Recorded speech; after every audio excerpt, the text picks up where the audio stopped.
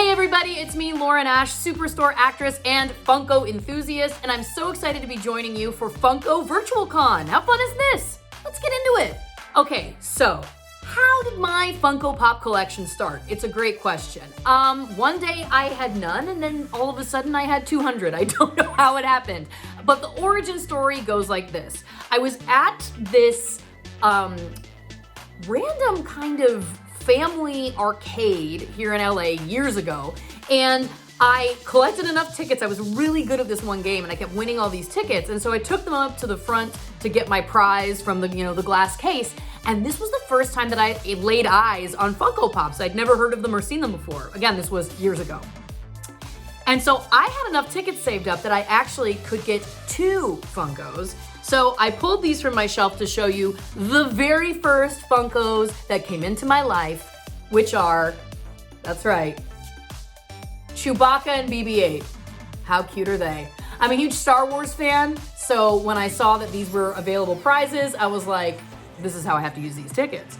I ended up going back to that arcade because I also saw that they had a Poe Dameron and a Finn. And yes, I won those as well and brought them back to my home. Now I will say that arcade I've been back to since, they no longer have Funko Pops as prizes. So I have had to resort to, spending what arguably is probably a much smaller amount of money to buy them myself.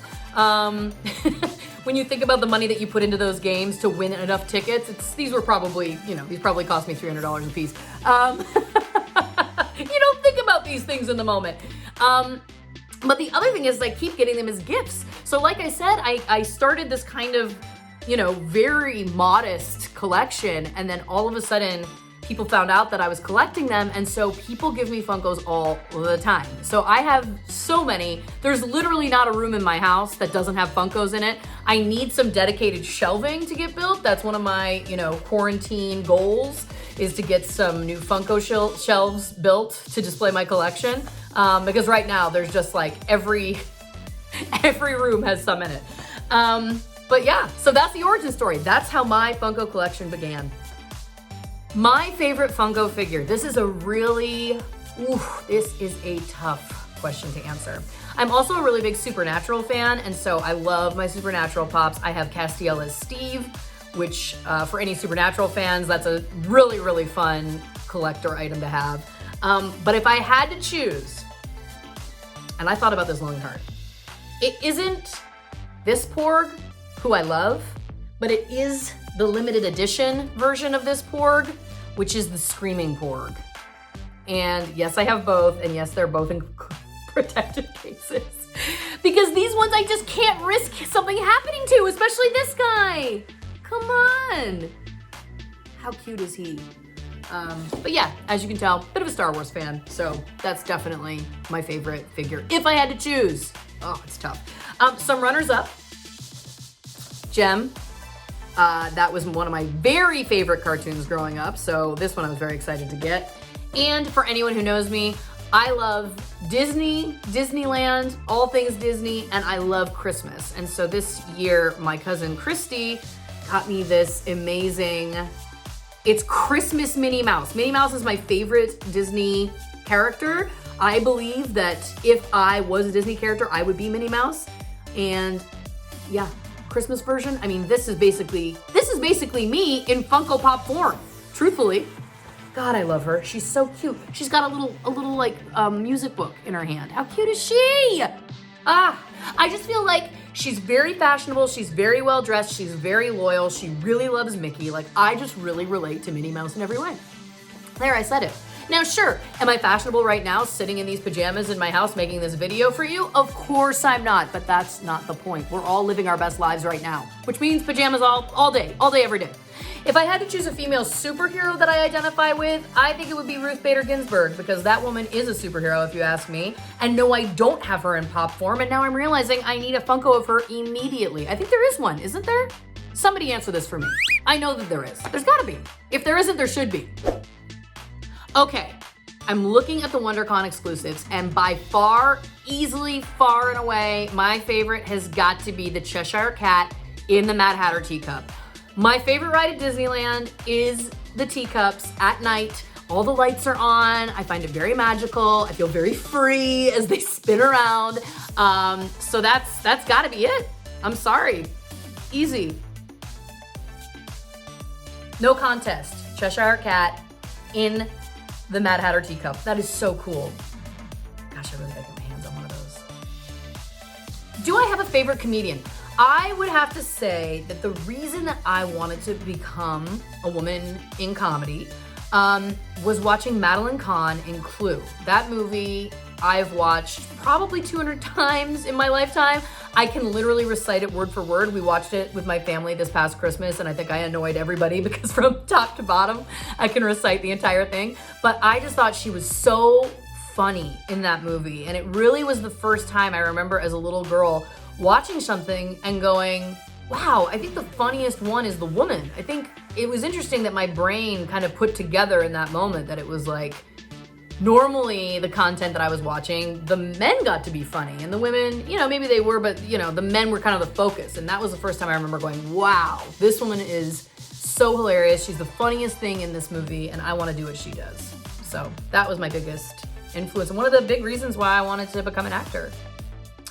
What is my favorite stay-at-home activity? Listen, I've always been a bit of a homebody, and I think also, you know, shooting Superstore is such a joy. We do, you know, have long hours sometimes, and so I really value my home time, and I love spending time in my house, truthfully. So there's been a lot of fun things. We have, my boyfriend and I have a vintage Sega Genesis and a classic Nintendo. So we've been spending a lot of time doing that. We've been spending a lot of time binging shows on Netflix. We're halfway through Ozark right now. Also, we've been doing puzzles. I ordered some jigsaw puzzles, which has been really fun. And then the big thing that I've been doing currently at home is cooking. I love cooking. I never cook traditionally because again, if you're working, you know, a 12-hour day, you get home, you don't really feel like, you know, spending an hour cooking a beautiful meal.